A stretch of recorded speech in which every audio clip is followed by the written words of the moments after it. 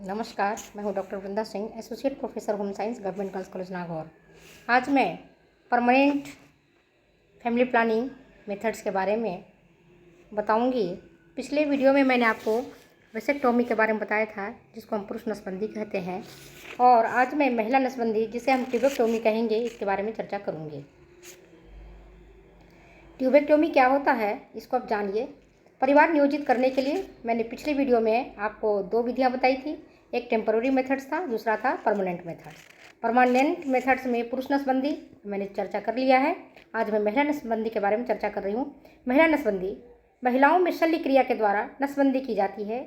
इसमें नई तकनीक द्वारा, जिसमें लेप्रोस्कोपिक तथा लेजर किरणें सम्मिलित हैं, का उपयोग हम करते हैं। महिला को हम साधारण एनेस्थेसिया द्वारा बेहोश कर देते हैं और फिर उसके उदर प्रदेश में 2 सेंटीमीटर का लंबा चीरा लगा देते हैं। इसके बाद जो अंडवाहिनी है, उसके दोनों सिरों के छोटे से भागों को काट देते हैं। कटे हुए भाग के सिरों को अच्छी तरह से बांध देते हैं, जिससे कि अंडाणु गर्भाशय में न पहुंच पाए।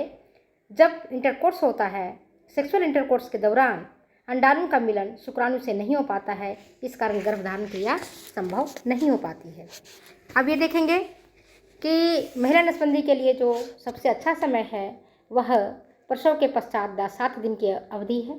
अगर प्रसव शल्य क्रिया द्वारा किया जाता है तो उसी समय महिला नसबंदी भी करा लेनी चाहिए, जिससे कि अलग से नसबंदी कराने की ज़रूरत नहीं पड़ती है और महिला को अलग से अस्पताल में भर्ती नहीं होना पड़ता है, और 10 दिन पश्चात वह अपने घर के कार्यों को कर सकती है। हाँ, भारी काम उसे नहीं करना चाहिए, जैसे पत्थर ढोना है, मजदूरी करना है, या कोई भी भारी बोझ उठाना है, उसे नहीं करना चाहिए। संभोग ऑपरेशन के 1 माह के बाद ही करना चाहिए। लाभ क्या है, ये देखें। यह अस्थायी गर्भ निरोधक विधि है, इसलिए इसके बाद किसी भी प्रकार के गर्भ निरोधक का उपयोग कभी भी नहीं करना चाहिए, क्योंकि एक बार जब इस विधि का उपयोग किया जाता है तो दूसरी बार इस विधि के द्वारा हमें करने की आवश्यकता नहीं होती है। दूसरा, महिला नसबंदी प्रसव के तुरंत बाद भी की जा सकती है। इससे महिला को पुनः अस्पताल में भर्ती होने की ज़रूरत नहीं होती है और न ही उसे मानसिक रूप से तैयार होना पड़ता है। ऑपरेशन सरकारी अस्पतालों, प्राथमिक स्वास्थ्य केंद्रों या परिवार कल्याण कैंपों में निःशुल्क कराए जाते हैं। सरकार द्वारा वस्तुएं या आर्थिक मदद दी जाती है। इसका स्वास्थ्य पर कोई सह प्रभाव नहीं होता है और इसका कोई हानि नहीं है ना। तो अब ये विधियाँ मैंने बताया। आज मैं आपको जो परिवार नियोजन विधियाँ बताई है, उसके बारे में छोटा सा एट ए ग्लांस बताना चाहूँगी। जो हमने बताए परिवार नियोजन की जो गर्भ निरोधक विधियाँ हैं, उसमें से मैंने 2 विधि बताई थी। एक था अस्थायी विधि और दूसरा था अस्थायी विधि। अस्थायी विधि प्राकृतिक अवरोधक विधियाँ, जिसको हम नेचुरल और बैरियर मेथड्स कहते हैं। दूसरा था केमिकल मेथड्स। तीसरा था गर्भ निरोधक, रासायनिक गर्भ निरोधक, और चौथा था हार्मोनल गर्भ निरोधक।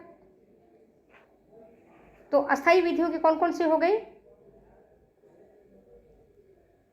प्राकृतिक, यांत्रिकी, आंतरिकी मतलब जिसको मैकेनिकल कहते हैं, रासायनिक जिसको हम केमिकल कहते हैं, हार्मोनल जिसमें हार्मोन का उपयोग किया जाता है, और अस्थायी में मैंने 2 बताई है, वेसेक्टोमी और ट्यूबेक्टोमी।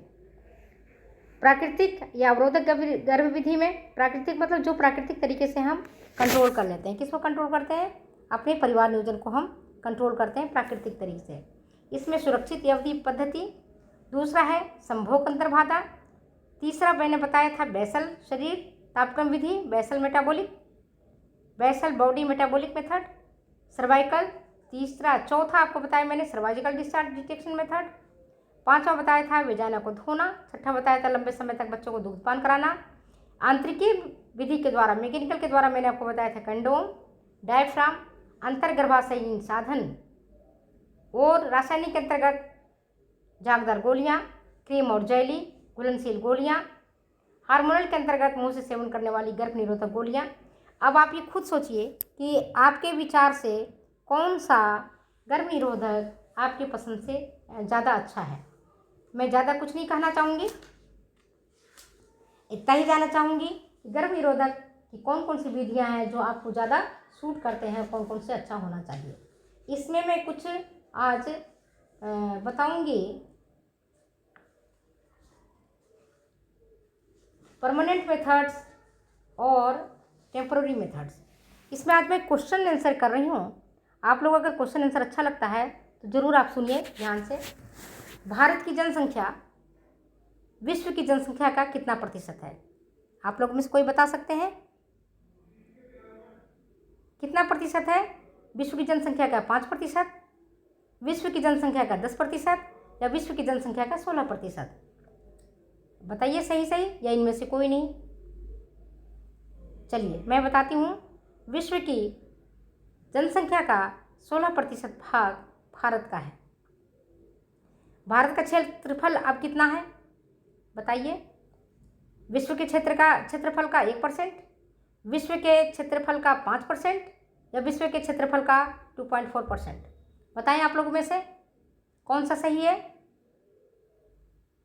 कोई नहीं बता पाएगा। चलिए मैं बताती हूँ।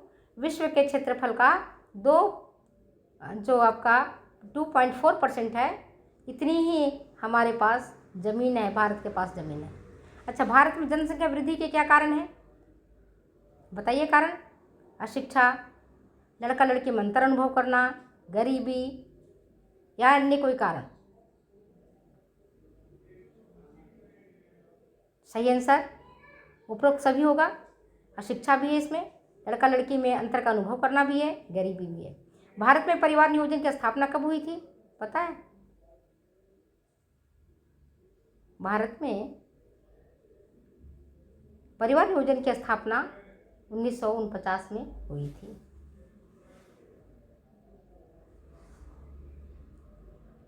अस्थायी गर्भ निरोधक विधियां कौन कौन सी हैं? अभी मैंने आपको बताया हुआ है। प्राकृतिक गर्भ निरोधक विधि,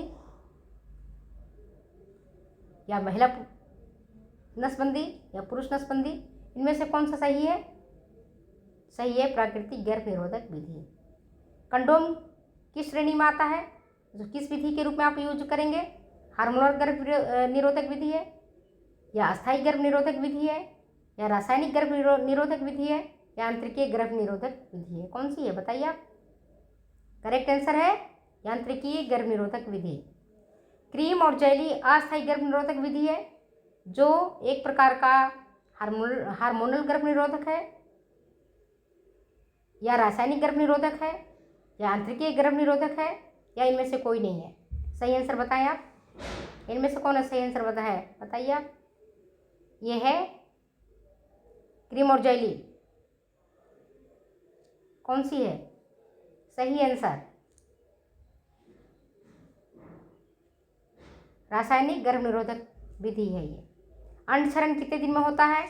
मासिक धर्म से 8 से 10 दिन में, मासिक धर्म के 12 से 16 दिन में, मासिक धर्म से 20 से 22 दिन में, या मासिक धर्म के 25 में से 28वें दिन में? कब होता है बताइए? सही आंसर मासिक धर्म के 8 से 10 दिन में है। ठीक है, ये सही आंसर है। जो ओवुलेशन होता है वो मासिक धर्म के 8 से 10 दिन में होता है। डायफ्राम को हम क्या कहते हैं बताएं आप? निरोध, कंडोम, या गर्भाशय टोपी? क्या कहा जाता है डायफ्राम को? डायफ्राम को कहते हैं गर्भाशय टोपी, राइट। गर्भ निरोधक विधियों में झागदार गोलियों का उपयोग कब किया जाता है और किसके द्वारा किया जाता है? पुरुष के द्वारा या महिला के द्वारा, या दोनों इसका उपयोग कर सकते हैं? सही आंसर है महिला द्वारा। ठीक है, अब कुछ आंसर भी क्वेश्चन भी मैं बता रही हूँ जो इम्पोर्टेंट है एग्जामिनेशन पॉइंट ऑफ व्यू से, कि परिवार नियोजन के क्या उद्देश्य हैं। अगर बढ़ती जनसंख्या है तो मातृ शिशु मृत्यु दर पर इसका क्या प्रभाव पड़ेगा? यांत्रिकीय, नेक्स्ट क्वेश्चन हो सकता है, यांत्रिकीय गर्भ निरोधक किसको कहते हैं? ये लघु उत्तरात्मक प्रश्न में आपके आ सकते हैं। अस्थायी गर्भ निरोधक और अस्थायी गर्भ निरोधक विधियों में अंतर बताइए, और आप इन दोनों में से किसको आप अच्छा ज़्यादा मानती हैं? आप कारण स्पष्ट कर सकते हैं। निबंधात्मक प्रश्न में बढ़ती जनसंख्या के क्या कारण है? दूसरा, जनसंख्या पर नियंत्रण पाने के लिए क्या किया जा सकता है? आप सुझाव दें। ये मैंने आपको बताया आज परिवार नियोजन की विभिन्न विधियों के बारे में। अगर आपको ये वीडियो अच्छी लगती है ज़रूर शेयर करें, सब्सक्राइब करें और कमेंट करें। Thank you. नेक्स्ट वीडियो मिलेंगे।